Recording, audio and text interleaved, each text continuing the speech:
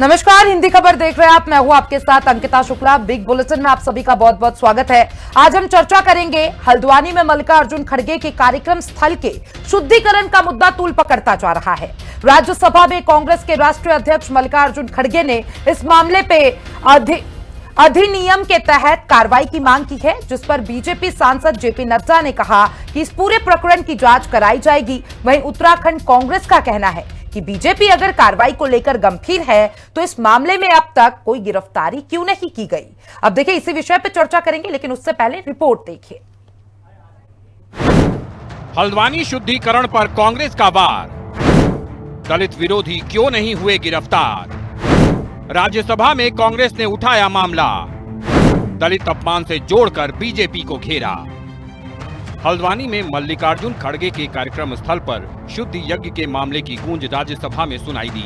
राज्यसभा में कांग्रेस के राष्ट्रीय अध्यक्ष मल्लिकार्जुन खड़गे ने ये मुद्दा उठाते हुए कहा कि हल्द्वानी में स्टेज का शुद्धिकरण कर उन्हें अछूत होने का एहसास कराया गया और उनका अपमान किया गया। खड़गे ने इस मामले में अस्पृश्यता अधिनियम के तहत कार्रवाई की मांग की, जिस पर केंद्रीय मंत्री जेपी नड्डा ने खेद जताते हुए कहा कि बीजेपी ऐसी गतिविधियों का समर्थन नहीं करती, इसकी जाँच कराई जाएगी। पॉलिटिकल मुद्दा कभी बनाना नहीं चाहता और मैं कभी इस सदन में सालों से यहाँ हूँ और निचला, लेकिन मैं एक शेड्यूल कास्ट हूँ, मैं एक दलित हूँ, मेरे को मदद करो, मेरी रक्षा करो बोल के कभी किसी के सामने गिड़गिड़ाया नहीं। मैं लड़ने की शक्ति है, मैं लड़ता हूँ। क्योंकि खड़गे साहब ने कहा कि बीजेपी के लोग थे, मैं स्पष्ट करना चाहता हूँ, यहाँ राष्ट्रीय अध्यक्ष जी भी बैठे हैं और मैं भी पूर्व राष्ट्रीय अध्यक्ष रहा हूं। BJP does not subscribe to such activities, never. लेकिन आपने कहा है, हम इसकी तहकीकात भी करेंगे। उत्तराखंड की सियासत भी इस मुद्दे पर लगातार गरमाई हुई है। कांग्रेस का कहना है कि अब तक शुद्ध यज्ञ कराने वालों पर मुकदमा दर्ज कर उन्हें जेल की सलाखों के पीछे क्यों नहीं भेजा गया, जिससे साफ है कि बीजेपी इस मामले में सियासी नफा नुकसान तौलने में लगी है। वहीं बीजेपी का कहना है कि शुद्ध यज्ञ का बीजेपी समर्थन नहीं करती, लेकिन हल्द्वानी के मंच से मल्लिकार्जुन खड़गे ने भी काफी कुछ ऐसा कहा जो उन्हें नहीं कहना चाहिए था। और उसके बाद नड्डा जी आप ये कह रहे हैं कि हमें खेद, हम इसकी जांच करेंगे। अरे जांच कब करोगे? 48 घंटे से ज़्यादा हो गया है। वो लोग कौन थे? वो सब तुम्हारे लोग हैं। अब ये कहने से काम नहीं चलेगा ना कि हमारे लोग नहीं है। अगर तुम्हारे लोग नहीं है तो तत्काल प्रभाव से उनके खिलाफ मुकदमा दर्ज क्यों नहीं किया गया? मुकदमा दर्ज करना चाहिए था, उनको जेल की सलाखों में डालना चाहिए था। लेकिन आप अभी तोल रहे हैं कि इससे वोट में कितना फर्क पड़ेगा, क्योंकि आप हमेशा से जो जितना दलितों का वोट है उसको आप इसी तरह से तोलते हैं। खड़गे जी ने मां गंगा को लेकर जिस तरह की टिप्पणियां की, संघ और बीजेपी को लेकर जिस तरह कहा कि भाई सांप और बीजेपी वाला पहले मिल जाए, बीजेपी वाले को मार दो। बीजेपी और संघ जो है कहीं ना कहीं सनातन का एक सिंबल माना जा रहा है कि जो उसके लिए काम कर रहा है। तो मुझे लग रहा है कि उनके दो चार जो जिस तरह की उन्होंने वहाँ पर बातें रखी हैं, तो कुछ ऐसे लोग हो सकते हैं, कुछ ऐसे संगठन हो सकते हैं जो भाजपा के ना होकर जो इसके लिए काम करते हो, सनातन के लिए या गंगा के प्रति जिनकी आस्थाएं हो, तो उन लोगों द्वारा ये किया गया और नहीं होना चाहिए था, ये उचित नहीं है। लेकिन जब बड़े नेता बड़े मंचों पर बोलते हैं तो उनको भी ये संयम बरतना चाहिए। हम कहाँ क्या कह रहे हैं। हल्द्वानी में रामलीला मैदान में कांग्रेस की जनसभा के बाद श्री राम सेना धर्मार्थ सेवा न्यास ने शुद्धि हवन का आयोजन किया। संगठन ने कहा कि कांग्रेस की शंखनाद सभा के दौरान ऐसे लोगों को मंच पर स्थान दिया गया जो हिंदुओं का अपमान करते हैं। लेकिन कांग्रेस ने शुद्धि यज्ञ को कांग्रेस के राष्ट्रीय अध्यक्ष मल्लिकार्जुन खड़गे से जोड़कर इसे दलितों का अपमान बताया है, जिससे उत्तराखंड के साथ ही राष्ट्रीय स्तर पर बीजेपी की मुश्किल बढ़ गई है।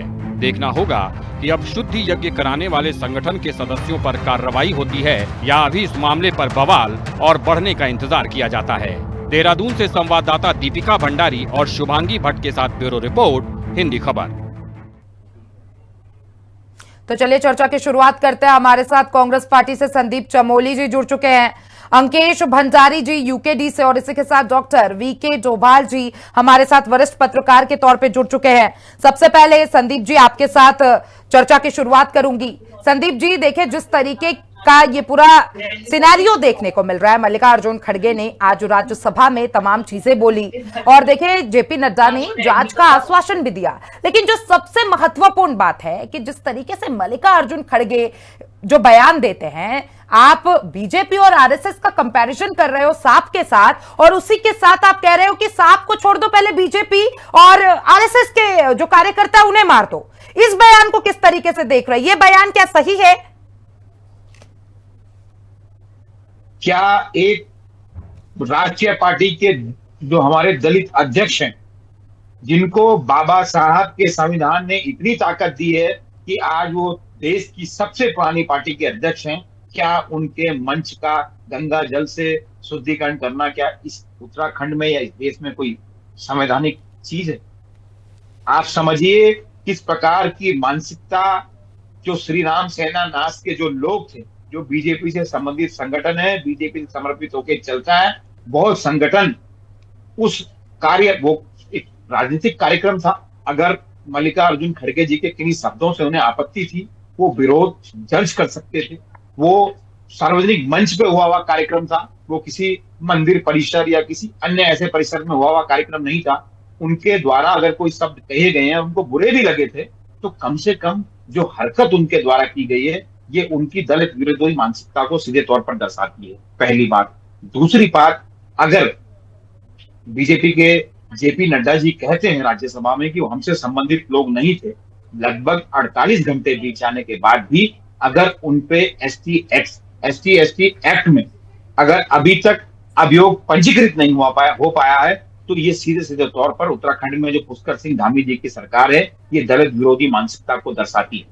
आप समझिए ये कहां तक जायज है? अगर राजनीति में उनके किन्हीं शब्दों से आपको आपत्ति थी तो आप विरोध दर्ज करते। देखिए मैंने इसलिए आपको बोलने दिया विस्तार से, संदीप जी, इसलिए मैं आपको समझना चाहती थी, आपने तमाम चीजें रखी। बट मेरा जो सवाल था कि जिस तरीके से मल्लिकार्जुन खड़गे ने कहा था कि आप सांप को छोड़िए, पहले भारतीय जनता पार्टी नहीं तो आरएसएस के कार्यकर्ता को मार दीजिए, इस बयान को आप किस तरीके से देखते हैं? देखिए भारतीय जनता पार्टी की मानसिकता या जिस तरीके से शुद्धिकरण का यज्ञ हुआ, इस पे भी आएंगे, लेकिन जो मेरा सवाल था संदीप जी, उसका जवाब नहीं मिला मुझे।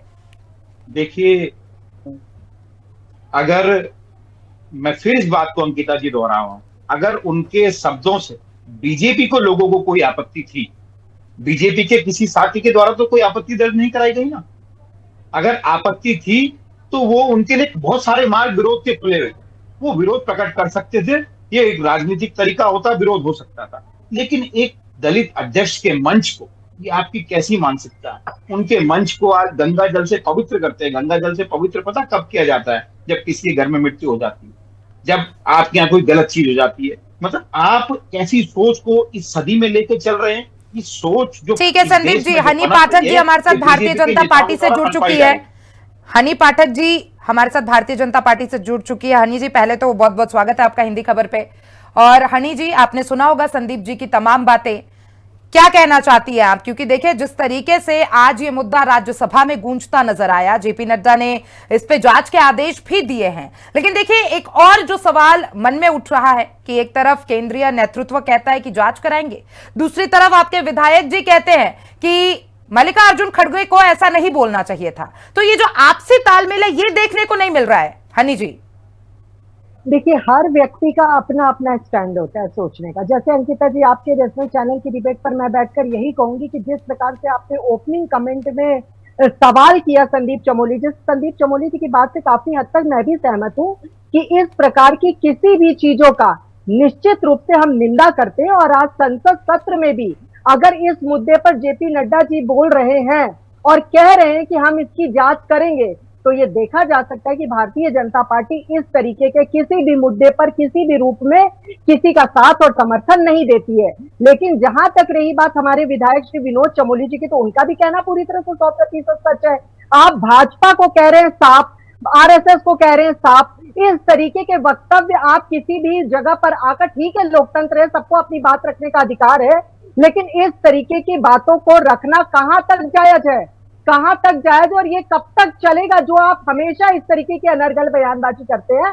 और ये कहना, देखिए ऐसा है अंकिता जी, ये शुद्धिकरण था या कार्यक्रम स्थल की सफाई थी, ये तो जांच के बाद पता ही लग जाएगा कि कार्यक्रम स्थल की सफाई की जा रही थी या तो शुद्धिकरण किया जा रहा था। आयोजन थोड़ी होता है हनी जी, गंगा जल थोड़ी छिड़का जाता है। ने एक बात कही थी अंकिता जी कि हम गंगा जल घर में तभी छिड़कते जब किसी की मृत्यु हो जाती है, लेकिन मैं आपको बताना चाहूंगी श्री संदीप चमोली जी, हम कुमाऊं को बिलोंग करते हैं और मेरे घर में प्रतिदिन, जब मेरे ससुर जी जीवित थे, वो पूरे घर में प्रतिदिन पूजा से पहले गंगा जल से पवित्र करते थे घर को, उसके उपरांत ही पूजा की जाती थी। और हम लोग मंदिरों में निश्चित शिवलिंग स्थापित जो करते हैं, मंदिरों में जो हम लोग शालिग्राम रखते हैं, उसमें भी गंगा जल रखते हैं और गंगा जल से उनका आचमन करते हैं। लेकिन ये कहना कि मृत्यु होने के पश्चात ही गंगा जल लिया जाता है, देखिए ये तो सनातन धर्म संस्कृति में कहीं भी नहीं है कि सिर्फ उसी समय गंगा जल का इस्तेमाल किया जाना चाहिए। पहले तो सनातन संस्कृति का पूरी तरह से ज्ञान लेकर यहाँ बैठिए।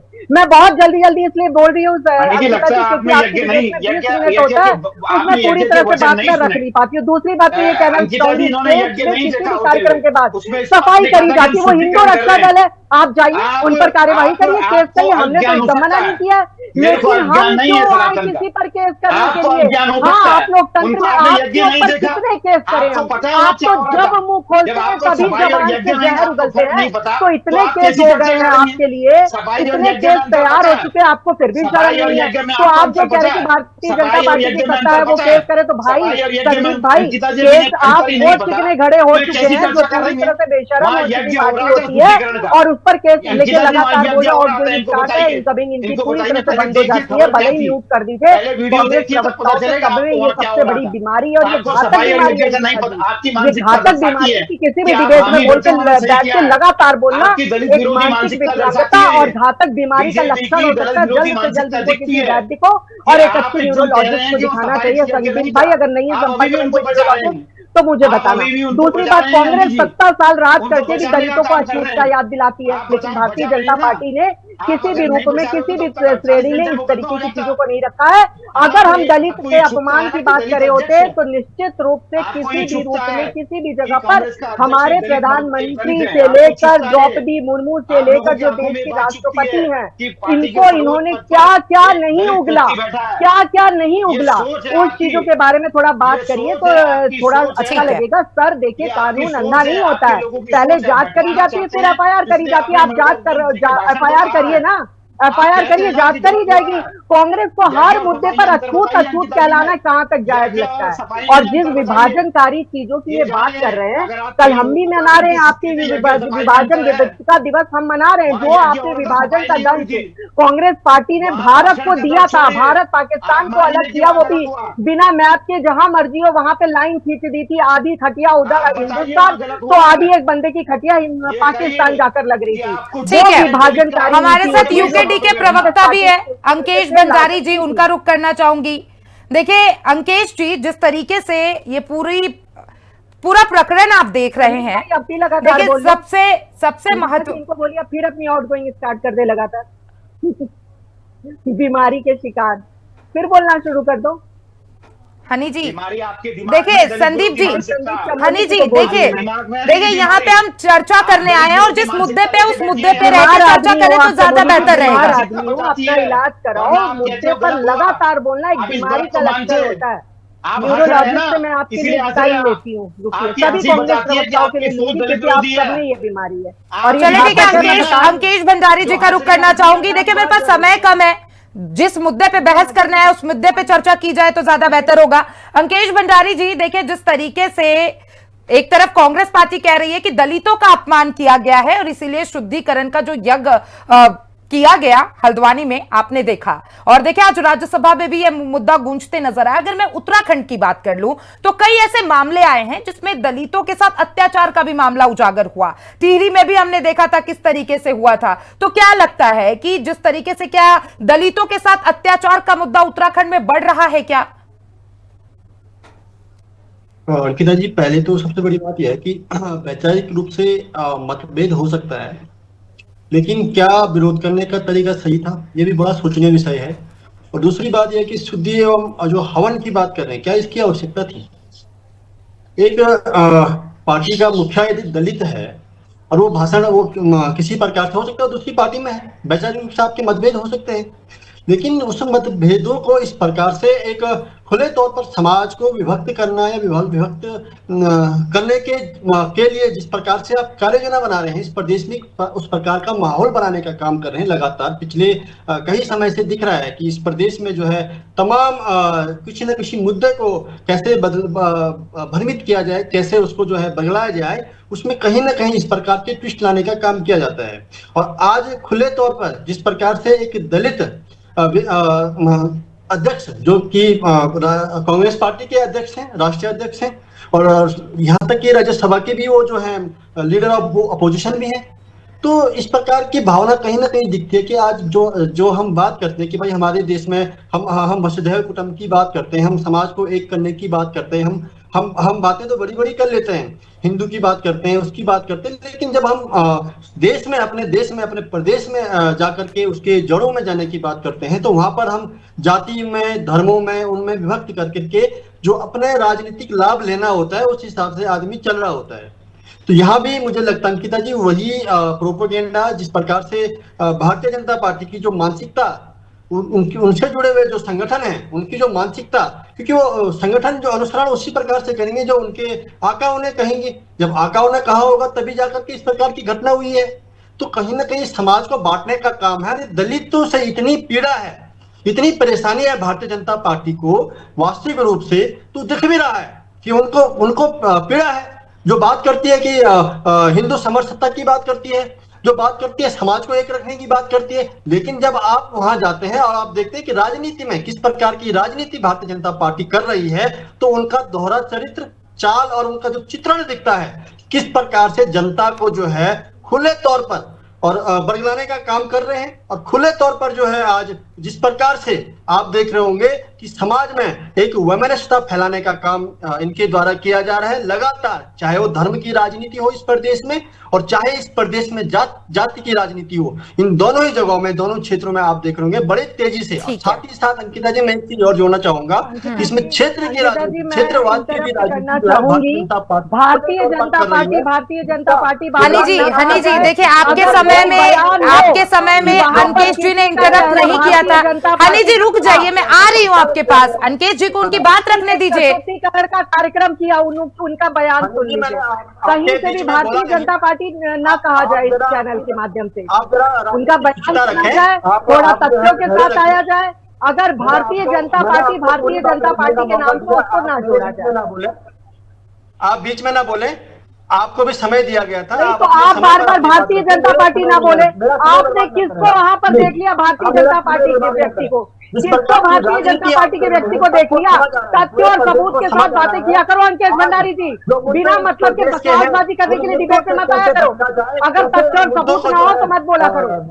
अंकिता जी, क्योंकि आप नेशनल चैनल वहां से लीड करती है, यहाँ के उत्तराखंड में जो हिंदू रक्षा दल के लोग थे उन्होंने बयान जारी किए, कृपया इस बयान पर और एक नहीं 3-3, 4-4 बयान। क्या आपको ये नहीं पता कि किसी दल का मुखिया जो है एक दलित व्यक्ति है, समाज का व्यक्ति उस दल का प्रतिनिधित्व कर रहा है? क्या आपको ये पता नहीं? राष्ट्रपति द्रौपदी मुर्मू और गोविंद जी को बनाने वाली हमारी भारतीय जनता पार्टी नहीं। अगर चलिए ठीक है, मेरे साथ वरिष्ठ पत्रकार के तौर पे डॉक्टर वीके डोभाल जी भी जुड़े हुए हैं। डोभाल साहब देखिए, जो ये पूरा प्रकरण हुआ है, देखिए अगर उत्तराखंड की बात कर ले तो अगर उत्तराखंड में दलितों की बात कर ले तो इसमें भारतीय जनता पार्टी को ज्यादा फर्क नहीं पड़ेगा, लेकिन जिस तरीके से केंद्र नेतृत्व ने इसमें फटाक से एक्शन लिया है और जांच के आदेश दिए हैं, तो कहीं ना कहीं देखिए केंद्र पे इसका बहुत बड़ा इंपैक्ट पड़ सकता है अगर वोटरों के नजरिए से देखा जाए तो। डोभाल साहब माइक म्यूट है आपका। डोभाल जी आपका माइक म्यूट है। बिल्कुल अंकिता जी ठीक कह रहे हैं आप, इसका बिल्कुल असर पड़ेगा, पूरे देश पर पड़ेगा।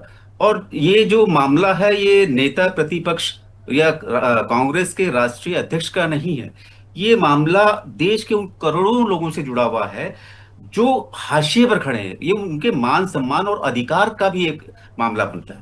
अब ये नैनीताल के जिलाध्यक्ष थे जो भारतीय जनता पार्टी के, और हमारे प्रदेश के कैबिनेट मंत्री खजान दास जी का भी इसमें एक बयान आया। हालांकि होना तो ये चाहिए था कि मुख्यमंत्री धामी जी को इसमें कुछ कहना चाहिए था, जबकि केंद्र से बात आ रही, नड्डा जी इसमें वो कर रहे हैं, एक्शन ले रहे हैं। धामी जी का इसमें अभी तक मुख्यमंत्री जी ने कोई इसमें वो स्पष्टीकरण या बड़प्पन नहीं दिखाया कि कुछ तो वो कहते। तो खजानदास जी ये कह रहे हैं कि वहां पर ऐसे नारे, धर्म विरोधी नारे लगाए गए, इसके लिए वो शुद्धिकरण किया गया। तो अगर नारे लगाने से शुद्धिकरण होता है, वो धर्म कौन सा धर्म है? क्या उस धर्म के लोग इस देश में नहीं रहते? अगर वो इस देश के ही वासी हैं तो क्या पूरे देश का शुद्धिकरण करेंगे? ये बड़ी हास्यास्पद सी बात हो जाती है। इसी देश के वो हमारे देश के ही रहने वाले हैं, चाहे वो दूसरे धर्म पे हैं, लेकिन है तो इसी के। उसके विरोध में नारे लगाना और उसके बाद वो शुद्धिकरण, चलिए हम मान लेते हैं कि वो भारतीय जनता पार्टी के नहीं है, बिल्कुल ठीक है।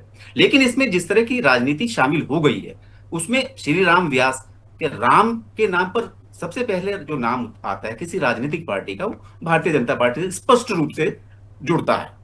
तो अगर वो उनके नहीं भी है, लेकिन इस तरह की कार्यवाही अगर की है तो उन पर कोई ना कोई कार्यवाही की जानी थी, उन पर एक्शन लिया जाना जरूरी था। क्योंकि ये एक छोटे मोटा व्यक्ति नहीं, कोई वहां ऐसे नेता नहीं आए थे। राष्ट्रीय कांग्रेस जो सबसे पुरानी पार्टी, उनके राष्ट्रीय अध्यक्ष आए थे। तो इस मामले में वो इतने हल्के फुल्के से नहीं लिया जाना चाहिए था। तो अगर प्रदेश सरकार चाहती तो कुछ ना कुछ एक्शन लेकर के वो भारतीय जनता पार्टी के भी पक्ष में जाता। देखो इस तरह की बात, बिल्कुल डोभाल साहब, अगर इस पे एक्शन लिया जाता या फिर सीएम पुष्कर सिंह धामी द्वारा इस पे कुछ अगर बयान भी सामने आता तो ये मुद्दा इतना बड़ा मुद्दा नहीं बन पाता। 48 घंटे से ज्यादा का समय हो गया है। हनी जी देखिए, जिस तरीके से ये मुद्दा उठा, उत्तराखंड का मुद्दा है, तो आपको नहीं लगता इस पे अभी तक एक्शन ले लिया जाना चाहिए था? अगर भारतीय जनता पार्टी इसमें इन्वॉल्व नहीं है तो इसमें एक्शन होना चाहिए था। क्या सीएम पुष्कर सिंह धामी को इसमें संज्ञान नहीं लेना चाहिए था? क्योंकि देखिए समय भी तो काफी हो गया। अंकिता जी, हम लोगों को किसी भी चीज से, किसी भी प्रकार की अगर आपत्ति होती है तो हम एफआईआर कराते हैं। जैसे अभी इनके कांग्रेस के एक नेता थे, उन्होंने उत्तराखंड की महिलाओं के लिए बड़े महान से ज्यादा गंदे शब्द, जो इनके नजर में महान शब्द होते हैं, उनको हम नजरों में गंदे शब्द कहते कहा गया था। हमने एफआईआर करी, उस व्यक्ति को हिरासत में लिया गया। आपको अगर यह लगता है कि ये भारतीय जनता पार्टी के लोग हैं, आप जाइए, लोकतंत्र है, आप एफआईआर करिए, जांच होगी, जो मामला निकल कर आएगा निष्पक्ष रूप से जांच होगी उसका। लेकिन बार बार ये कहना भारतीय, अरे क्यों देंगे मुख्यमंत्री जी इस पर बयान, क्यों देंगे? कोई रीजन होना चाहिए ना, जब भारतीय जनता पार्टी का इस कार्यक्रम से। अरे हनी जी क्या बात कर रही है हनी जी? कोई पार्टी के अध्यक्ष आ रहे हैं और वहां शुद्धिकरण यज्ञ हो रहा है, आपकी पार्टी की गवर्नमेंट है, जिम्मेदारी आपकी बनती है, क्यों नहीं देंगे सीएम पुष्कर सिंह धामी इस पे कुछ बयान? एक मिनट सुनिए, अभी आपका केंद्र नेतृत्व तो इस पे केंद्र नेतृत्व जांच की तो आदेश, जांच की बात तो कर रहे हैं ना? अंकिता जी जवाब दे दूं? हाँ बिल्कुल हनी जी, जवाब लेने के लिए बैठी हूं मैं। हमारे जेपी नड्डा जी ने स्वयं कह दिया जांच होगी, तो अब तो कोई इफ एंड बट की बात ही नहीं होती है। हल्द्वानी में वो रामलीला का मैदान था, रामलीला का मैदान था, वो हिंदू रक्षा दल के लोग थे, उनकी बाइटें मैंने आपके चैनल में प्रोवाइड कर दी है, आप उसको चाहे तो चैनल में दिखा सकते हैं ऑन डिबेट। लेकिन ये कहना कि वो भारतीय जनता पार्टी से जुड़ा हुआ मामला था, मैं किसी भी रूप में इस चीजों को कभी भी नहीं मानूंगी। और मैं क्या, पूरा भारतीय जनता पार्टी का परिवार, संगठन, कोई भी इस चीजों को नहीं मानेगा। रामलीला का मैदान था, वहां अभी कुछ समय बाद रामलीला होनी थी। चलो ठीक है, संदीप जी से एक छोटी सी प्रतिक्रिया ले लो, समय मेरे पास कम है जी। संदीप जी, उससे हमारा कोई अंकिता जी हमने मान लिया कि ये कह रही है बीजेपी को लेना देना नहीं है, तो क्या अब तक एक राष्ट्रीय अध्यक्ष को गाली देने के लिए, राष्ट्रीय अध्यक्ष के वो दलित शुद्धिकरण करने के लिए, क्या अब तक उनकी गिरफ्तारी नहीं होनी चाहिए? अंकिता जी, क्या ये इस प्रदेश में जब बीजेपी की सरकार चल रही है तो क्या इस व्यवस्था में मुकदमा कायम करने की जिम्मेदारी बीजेपी के पास नहीं थी? ये क्यों अपनी बार बार जिम्मेदारी से भाग लेते हैं? जब 2 दिन बाद राज्यसभा में नटाल लगती है और इनका केंद्र नेतृत्व ये कहता है कि गलत हुआ है, जेपी नड्डा जी ने जब माना, बड़ा दिल दिखाया, हम जांच कराएंगे, तब ये फड़फड़ा रहे हैं। ये सोच है इनकी। 2 दिन से जब हमारे प्रदेश अध्यक्ष गणेश गोदियाल कहते हैं कि गलत हुआ है, तब इनको सुनवाई, तब इनको कोई सुनने में नहीं आया। अब क्या है? ठीक है, आप लोग मेरे साथ जुड़े और इस मुद्दे पे मेरे साथ चर्चा के लिए समय दिया, उसके लिए आप लोगों का बहुत बहुत धन्यवाद। तो देखिए, यह मुद्दा लगातार तूल पकड़ते हुए दिखाई दे रहा है और आज इसकी गूंज राज्यसभा में भी देखने को मिली। देखिए, मल्लिकार्जुन खड़गे ने साफ तौर पे शुद्धिकरण का मुद्दा राज्यसभा में उठाया और इसके बाद केंद्र नेतृत्व को, यानी कि भारतीय जनता पार्टी के केंद्र नेतृत्व को इसमें इंटरप्ट करना पड़ा और जांच की बात कही गई। अब देखिए, आने वाले समय में यह मुद्दा कितना बड़ा होता है। क्या सचमुच जिस तरीके से भारतीय जनता पार्टी कह रही है कि कांग्रेस केवल नैरेटिव सेट करने का काम कर रही है, इसके पीछे कोई सच्चाई नहीं है, या फिर सच में दलित का अपमान हुआ है ये शुद्धिकरण हवन को लेकर? अब देखिए, आने वाले समय में पता चलेगा। फिलहाल मुझे दीजिए इजाजत और तमाम ऐसे अपडेट्स के लिए हिंदी खबर के साथ बने रहें।